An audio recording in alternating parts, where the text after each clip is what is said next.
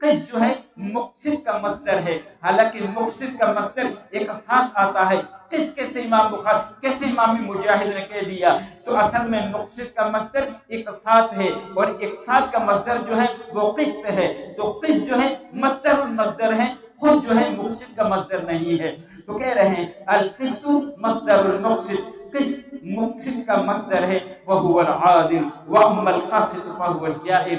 قسط ایسا لفظ ہے، امام راغب رحمہ اللہ کہتے ہیں یہ ضدین کے لیے استعمال ہوتا ہے۔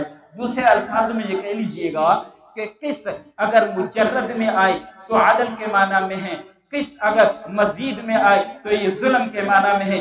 اقسط یقسط اقساطا واما القاسطون فكانوا لجهنم حطبا ان اللہ يحب المقسطین، اگر مجرد میں ہے تو انصاف کے معنی میں ہے، اگر باب افعال کے اندر ہے، سلب ماخذ کے لیے باب افعال آتا ہے، تو عدل کا جو ہے وہ سلب کرنا، اس کا نام جو ہے وہ ظلم ہے۔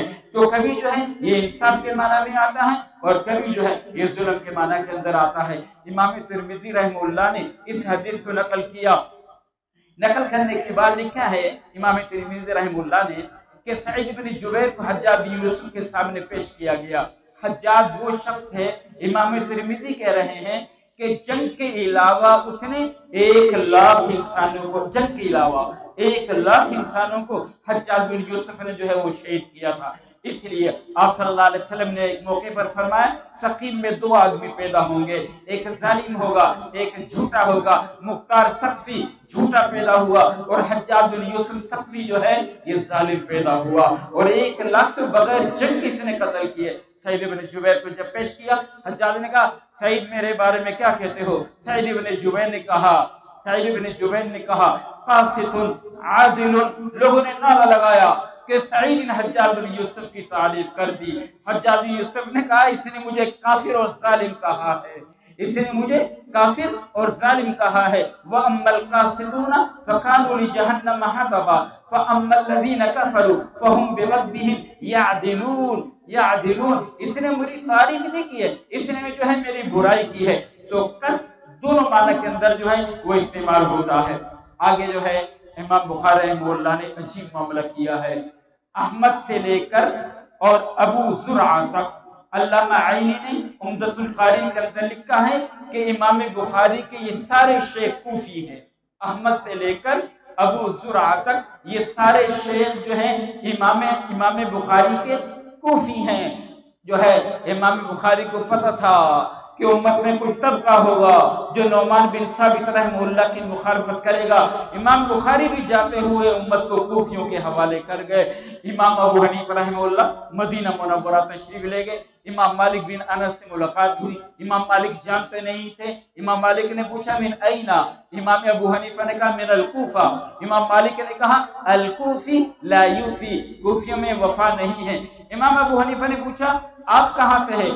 تو امام مالک بن انس رحمہ اللہ نے کہا من اہل المدینہ، میں مدینہ منورہ کا رہنے والا ہوں۔ تو امام ابو حنیفہ نے ایک آیت پڑھی وَأَنَّ مِنْ أَهْلِ الْمَدِينَةِ مَرَضُوا عَلَى النِّفَاقِ، مدینے میں تو پکے منافق ہیں کہ موت تک بھی نفاق سے جو ہے انہوں نے توبہ نہیں کی۔ امام مالک رحمہ اللہ نے فرمایا میں ان میں سے نہیں ہوں۔ تو نعمان بن ثابت نے کہا کہ پھر میں بھی ان کوفیوں میں سے جو ہے وہ نہیں ہوں۔ تو امام بخاری امت کو کوفیوں کے حوالے کر کے گئے ہیں، اس لیے کہ امام بخاری رحمہ اللہ کہتے ہیں کہ میں نے حجاز میں 6 سال گزارے، میں نے الجزائر میں 4 سال گزارے۔ محمد بن اسماعیل سے پوچھتے ہیں کوفہ میں آپ نے کیا گزارا؟ تو محمد بن اسماعیل رحمہ اللہ کہتے ہیں کوفہ میں اتنی مرتبہ آیا میں شمار نہیں کر سکتا ہوں کہ میں علم کے حاصل کرنے کے لیے کوفہ میں جو ہے وہ کتنی مرتبہ آیا۔ اس لیے آخری حدیث کی آخری ساری سند کوفیوں کی دے کر جو ہے ابو ہریرہ رضی اللہ عنہ کی روایت نقل کی کلمتان حبیبتان الی الرحمن خفیفتان علی اللسان ثقیلتان فی المیزان، یہ خبر مقدم ہے۔ سبحان اللہ و بحمدہ سبحان اللہ العظیم، یہ مبتدا مؤخر ہے۔ عرب کی عادت ہے کہ جب خبر لمبی ہوتی ہے تو عرب اس کو مقدم کر دیتے ہیں، اور بعض اوقات عرب جو ہے عربوں کے یہاں تشویش اور شوق کے لیے بھی جو ہے وہ خبر کو مقدم کر دیا جاتا ہے۔